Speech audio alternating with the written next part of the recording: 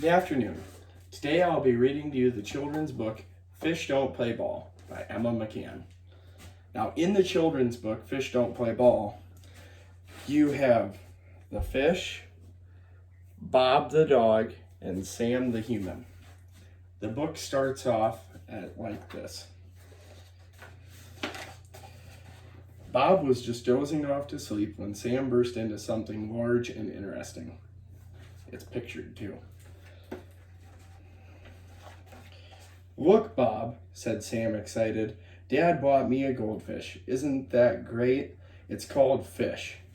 Bob immediately stares at the fish, showing that he is very skeptical of Sam's new pet. This shows early on skepticism and how he feels kind of invaded upon. It didn't look great to Bob. It looked a bit, well, not much fun, actually. Bob decided he'd come back later when the fish was doing something more interesting. Now, you can see once this page is happening, it's a dog thinking like a dog, trying to have fun, but then there's also a fish being a fish who doesn't do much. He pictures him in his head juggling here. As the book goes on, this page, Bob is still skeptical. He's watching him from under the table, behind the curtains, outside in the rain. Obviously, he says, the fish just didn't know what to do. So this is where Bob decides to help in the story. So he says, "Perhaps the fish would like to play ball with me," thought Bob. Bob tried very hard to play ball with the fish, but the fish wasn't any good at it. He actually somehow threw a ball into the bowl.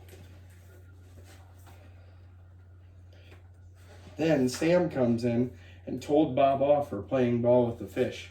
"Fish don't play ball, Bob," he said. "Go back to your basket." Hence the title.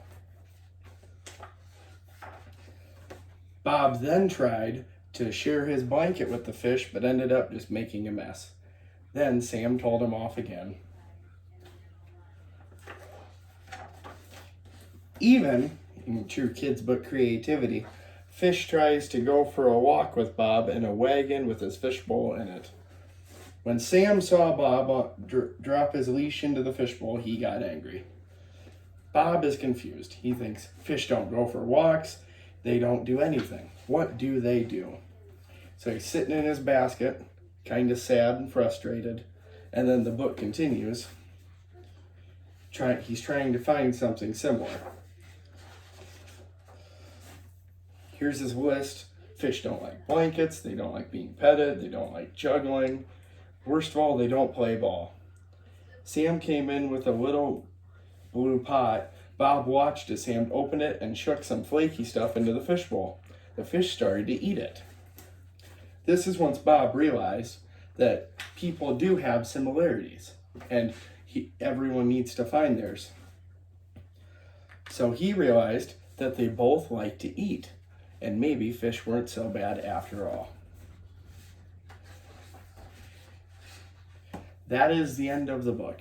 So the true meaning behind this book, it is my belief that the reason this book was written is to show that friends can be different.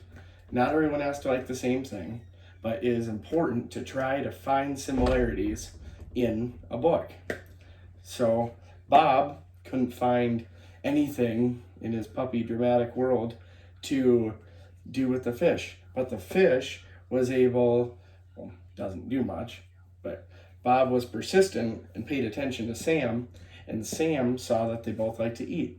So by finding a similarity like that, they were able to get together and now share something in common.